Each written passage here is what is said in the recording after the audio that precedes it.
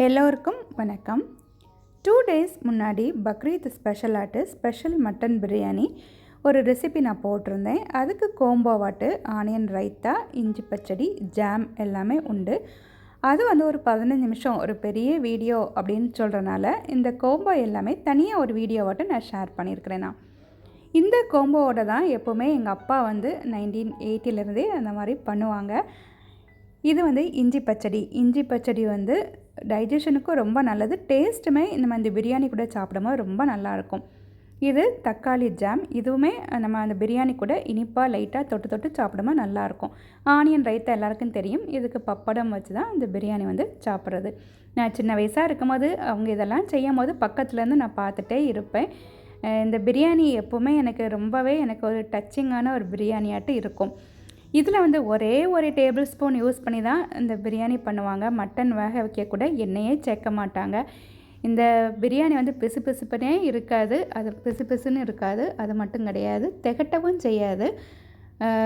இந்த மட்டன் எல்லாமே ரொம்ப சாஃப்டாக இருக்கும். எனக்கு ஃபீட்பேக் என்கிட்ட சாப்பிட்டவங்க கூட நிறைய பேர் சொல்லுவாங்க. எங்கள் வீட்டில் ஃப்ரெண்ட்ஸ்லாம் வந்தவங்க. ஜாம் பண்ணதுக்கு ஃபஸ்ட்டு 3 தக்காளியை வேக வைக்கலாம். நான் அந்த பிரியாணி கூடயே அப்படி எடுத்தனால அந்த வீடியோஸும் கவர் ஆகி இடையிடையே வரும். இது வெந்துட்டே இருக்கும் போது நம்ம ரைத்தா பண்ணுறதுக்கு வெங்காயத்தை நீட்டமாக வெட்டிட்டு தயிர், மல்லி இலை, உப்பு, பச்சை மிளகாய் எப்போவுமே நான் நீட்டமாக இதமாக தான் வெட்டி போடுவேன். குட்டி குட்டியாக வெட்டி போட்டால் சில நேரங்களில் ரொம்ப ஸ்பைசியாட்டு நம்ம சாப்பிடும்போது கிடச்சிட்டா பெரியவங்களாக இருந்தாலுமே அந்த ஸ்பைசி நிறைய பேருக்கு ஒத்துக்காது. எல்லாமே போட்டுட்டு நல்லா கையால் இதை மாதிரி பிசைஞ்சாச்சுன்னா ரைத்தா ரெடி. இதை நம்ம நேரமே பண்ணி வச்சிட்டோம் அப்படின்னா அந்த பிரியாணி நம்ம சாப்பிடும்போது நம்ம கரெக்டாக அது ரெடியாகி இருக்கும். இது நல்லா வெந்ததுக்கப்புறம் இந்த மாதிரி அந்த ஸ்கின்னெல்லாம் கலந்து வரும். இந்த மாதிரி வந்தாச்சுன்னா நம்ம ஸ்டவ்வை ஆஃப் பண்ணிடலாம்.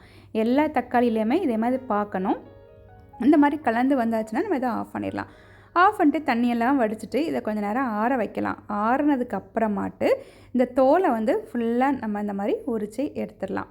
ஆக்சுவலாக தக்காளி பியூரி, டொமேட்டோ பியூரி இருக்குல்ல, அதுவே இந்த மாதிரி தான் பண்ணுவாங்க. இந்த மாதிரி எடுத்துகிட்டு மிக்சியில் அரைச்சி இந்த பட்டர் சிக்கன் அதெல்லாம் பண்ணும்போது பண்ணுவாங்க. பட்டர் சிக்கன் அப்புறம் பன்னீர் பட்டர் மசாலா செய்யும் போது பியூரி செய்வாங்கள்ல. நம்ம இந்த சென்டரில் இருக்க போர்ஷனையும் வெட்டி எடுத்துகிட்டு மிக்சியில் போட்டுட்டு தண்ணி எதுவுமே நம்ம விடக்கூடாது. தண்ணி எதுவுமே போடாமல் தான் நல்லா இதை பட்டு மாதிரி அப்படி நல்லா அரைச்சிட்டு வந்துடலாம். நல்லா அரைச்சதுக்கப்புறம் ஒரு பாத்திரத்தில் இதை அப்படி நம்ம விட வேண்டியதுதான். விட்டுட்டு நல்லா இதை அப்படியே மிக்ஸ் பண்ணிகிட்டே இருக்கணும். இது லைட் கலராக இந்த மாதிரி ஒரு ஆரஞ்சு ரெட்டில் இருக்குல்ல, இது நமக்கு நல்லா ரெடியாகி வரும்போது நல்லா டார்க் ரெட்டாட்டு மாறிடும். இந்த மாதிரி நமக்கு பொங்கி வரும். நம்ம அதை கிளறி இந்த மாதிரி விட்டுக்கிட்டே இருக்கணும். இதில் நெய் கூட சேர்க்க மாட்டாங்க. சிலர் நெய், நட்ஸு அதெல்லாம் சேர்ப்பாங்கள்ல, அது கூட சேர்க்க மாட்டாங்க. சீனி நமக்கு எவ்வளோ இனிப்பு தேவையோ அந்தளவுக்கு போட்டுக்கலாம். ஒரு பிஞ்ச் உப்பும் போட்டுக்கலாம். எப்பவுமே நம்ம இனிப்பு பண்ணும்போது கொஞ்சம் நம்ம உப்பு போடுவோம்ல, அதனால் இனிப்பு நம்ம அந்த 3 தக்காளிக்கு நான் ஒரு 1/2 கப்பு நான் போட்டிருப்பேன்னா இந்த மாதிரி பதத்தில் இருக்கணும். ஜாம்னால் நம்ம ப்ரெட்லாம் ஸ்ப்ரெட் பண்ணலாம், அந்த மாதிரி இல்லை. இந்த மாதிரி இருந்தால் போதும். இது கொஞ்சம் நேரத்துலேயே நமக்கு கொஞ்சம் நமக்கு திக்னஸ் நமக்கு கொடுத்து வந்துடும். இந்த மாதிரி நம்ம எடுத்து நம்ம ரெடியாகி நம்ம ஒரு பாத்திரத்தில் இந்த மாதிரி மாற்றி வச்சாச்சுன்னா கொஞ்சம் நேரத்தில் இது கொஞ்சம் திக்காட்டு ஆயிரும். இஞ்சி பச்சடி பண்ணுறதுக்கு இஞ்சி, பச்சை மிளகாய், சின்ன வெங்காயம், ஜீரகம், மல்லி இலை, தயிர், தேங்காய் இதெல்லாம் எடுத்துக்கணும். கொஞ்சம் உப்பும் போட்டுட்டு இதை நல்லா அரைச்சிட்டு வரணும். அப்புறமா இதில் கொஞ்சம் தயிரும் போட்டுட்டு நல்லா திரும்ப இந்த மாதிரி அரைச்சிட்டு, சட்னிலாம் இருக்குல்ல அந்த மாதிரி இதை நல்லா அரைச்சிட்டு வரணும். இதில் எலுமிச்சம்பழமும் பிழிஞ்சு விடுவாங்க. இந்த மாதிரி எலுமிச்சம்பழம் பிழிஞ்சு விட்டுட்டு நல்லா மிக்ஸ் பண்ணிவிட்டு தயிர் நமக்கு இன்னும் வேணும்னா கொஞ்சம் நமக்கு போட்டுக்கலாம். போட்டாச்சுன்னா தயிர் போட்டு இந்த இஞ்சி பச்சடி ரெடி. இது ரொம்ப டேஸ்ட்டாக இருக்கும். இந்த பிரியாணி கூட சாப்பிடும்போது ரொம்ப நல்லாயிருக்கும். இந்த பிரியாணியில் லேயர் பண்ணதுக்கு எங்கள் அப்பா எப்போவுமே இந்த மாதிரி பிளேட்டில் எல்லாமே வைப்பாங்க. சின்ன வயசில் எனக்கு இதை பார்க்குறதுக்கு ரொம்ப பிடிக்கும். நீங்கள் இந்த பிரியாணி பார்க்கல அந்த ரெசிபி அப்படின்னா இதை பாருங்கள். இந்த லேயர் இதெல்லாம் போடுறது ரொம்ப நல்லாயிருக்கும். இதெல்லாம் போடும்போது அந்த பிரியாணியுமே நமக்கு ரொம்ப டேஸ்ட்டாட்டு இருக்கும். எப்பவுமே இந்த பிரியாணியில் லாஸ்ட்டில் நம்ம சர்வ் பண்ணும்போது இந்த மல்லி இலை போட்டோம்னா பச்சையாட்டு இருக்கும். நம்ம மேலேயே ஃபஸ்ட்டே குக் பண்ணும்போது மல்லி இலை போட்டோன்னா அது ஒரு மாதிரி நல்லா குக்காகி ஒரு மாதிரி டார்க் பிளாக் கலராக ஆயிரும்ல. அதனால் எப்போவுமே நான் சர்வ் பண்ணும்போது தான் மேலே மல்லி இலை போடுவேன். லேயர் பண்ணும்போது இடையிடையே நான் போட்டுக்குவேன். பக்ரீத்னா எதுக்கு மட்டன் பிரியாணி அது தெரியுமா இருக்கும்? நிறைய பேருக்கு தெரியும் அது. எதுக்கு பண்ணுறாங்க மட்டன் அப்படின்னா, கிறிஸ்டியன்ஸில் ஓல்டு டெஸ்டமெண்ட் பைபிளில் ஓல்டு டெஸ்டமெண்ட்டில் இருக்கக்கூடிய நிறைய கதைகள் வந்து குரான்லேயும் உண்டு.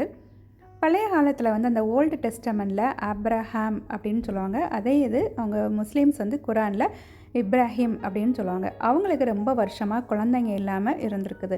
ரொம்ப வருஷம் கழிச்சு கடவுள் அவங்களுக்கு ஈசாக் அப்படின்னு ஒரு குழந்தை வந்து கொடுத்துருக்குறாங்க. கடவுள் வந்து அவங்கள டெஸ்ட் பண்ணுறதுக்காக என்ன பண்ணாங்கன்னா, பழைய காலத்துலலாம் அந்த ஆடு பலி கொடுக்குற பழக்கம் வந்து இருந்திருக்குது. அப்போ உனக்கு பையனை வந்து கொண்டு வந்து கொடு அப்படின்னு சொல்லியிருக்காங்க. இவங்க ஓகே கடவுள் தந்தது கடவுளுக்கு தானே அப்படின்ட்டு அதை சாக்ரிஃபைஸ் பண்ணுற மாதிரி கொண்டு போயிருக்காங்க. போய் எல்லாமே கம்பெல்லாம் வச்சுட்டு பலி கொடுக்குன்னு வைக்கும்போது ஏஞ்சல் வந்து நீ ஸ்டாப் பண்ணு, அங்கே உனக்கு ஆர்டர் இருக்குது, கடவுள் தான் உனக்கு வந்து டெஸ்ட் பண்ணக்கு உனக்கு இந்த மாதிரி பண்ணார் அப்படின்ட்டு சொல்லியிருக்காங்க. திருவிளையாடல்லையுமே சிவபெருமான் நிறைய இந்த மாதிரி பண்ணுவாங்கள்ல, அதை மாதிரி தான் எல்லா ரிலீஜன்லையுமே கடவுள்லாம் இந்த மாதிரி ஆட்களை சும்மா நமக்கு இது பண்ணுவாங்க. அப்புறம் அந்த மட்டன் எடுத்து இந்த ஆடை எடுத்து அவங்க வந்து கட் பண்ணியிருக்காங்க. இதை பண்ணுறதுக்கு தான் இந்த சாக்ரிஃபைஸ் அண்ட் ஆஃபரிங் இதுதான் மெயின். இதுக்காகவே தான் வந்து மட்டன் ஆடு வந்து எல்லோரும் வெட்டி பக்ரீத்னாலே மட்டன் பிரியாணி மட்டன். அவங்க முஸ்லீம்ஸ் என்ன பண்ணுவாங்கன்னா, பக்ரீத் அன்னைக்கு ஆடு வெட்டிட்டு நிறைய பேருக்கு வந்து அதை வந்து ஆஃபரிங் ஆட்டு நிறைய பேருக்கு கொடுப்பாங்க. நம்ம சாக்ரிஃபைஸ் அண்ட் ஆஃபரிங் ரெண்டுமே ரொம்ப முக்கியம். எல்லா ரிலீஜனுமே நமக்கு வந்து நிறைய நல்ல நல்ல விஷயங்கள் தான் நமக்கு சொல்லித்தர்றாங்க. இந்த மட்டன் பிரியாணி உங்களுக்கு பார்க்குறதுக்கு எப்படி இருக்குது? நீங்கள் இந்த ரெசிபி பார்க்கல அப்படின்னா இதை வந்து பாருங்கள். பார்த்துட்டு இதே மாதிரி ஒன் டைம் ட்ரை பண்ணுங்கள். பக்ரீத்தை பற்றி நிறைய பேருக்கு தெரியும். இது தெரியாமல் இருக்கிறவங்களுக்கு இப்போ எனக்கு பசங்களுக்கெலாம் தெரியாது. அதனால் நான் பக்ரீத்னா இதுதான், இதனால தான் மட்டன் பண்ணுறாங்க அப்படின்ட்டு. சின்ன பிள்ளைங்கள்ட்ட நம்ம கேட்டாச்சுன்னா, ஈவன் முஸ்லீம் பிள்ளைங்கள்ட்ட எதுக்கு பக்ரீத்துன்னு கேட்டாலே அவங்க சொல்லுவாங்க, அதில் நிறைய பைசா கொடுப்பாங்கல்ல, தெரியாதுல்ல, அதனால் அப்படி சொல்லிக்கிறது. சாக்ரிஃபைஸ் அண்ட் ஆஃபரிங் இது ரெண்டுமே மெயின். எனக்கு எப்பவுமே இந்த பிரியாணியெல்லாம் பண்ணிவிட்டு சாப்பிட்றனோ இல்லையோ, எனக்கு இந்த ஃபோட்டோ எடுத்து அதை ரசிக்கிறது எனக்கு ரொம்ப பிடிக்கும். ஒரு 2008லேருந்தே எப்போவுமே இந்த மாதிரி சாப்பாடெலாம் பண்ணிவிட்டு இந்த மாதிரி ஃபோட்டோஸ் எப்போவுமே எடுக்கிறது. இந்த பிரியாணியை நீங்கள் ஒரு நாள் ட்ரை பண்ணி பாருங்கள். இதே கோம்போவில் உங்களுக்கு கண்டிப்பாக பிடிக்கும். எனக்கு வீட்டுக்கு வரக்கூடிய ஃப்ரெண்ட்ஸ் எல்லாருக்குமே நான் இந்த பிரியாணி பண்ணால் அவங்க எல்லாருமே ரொம்ப நல்லாயிருக்குன்னு சொல்லுவாங்க. எப்படி இருக்குன்னு சொல்லுங்கள். தேங்க்யூ.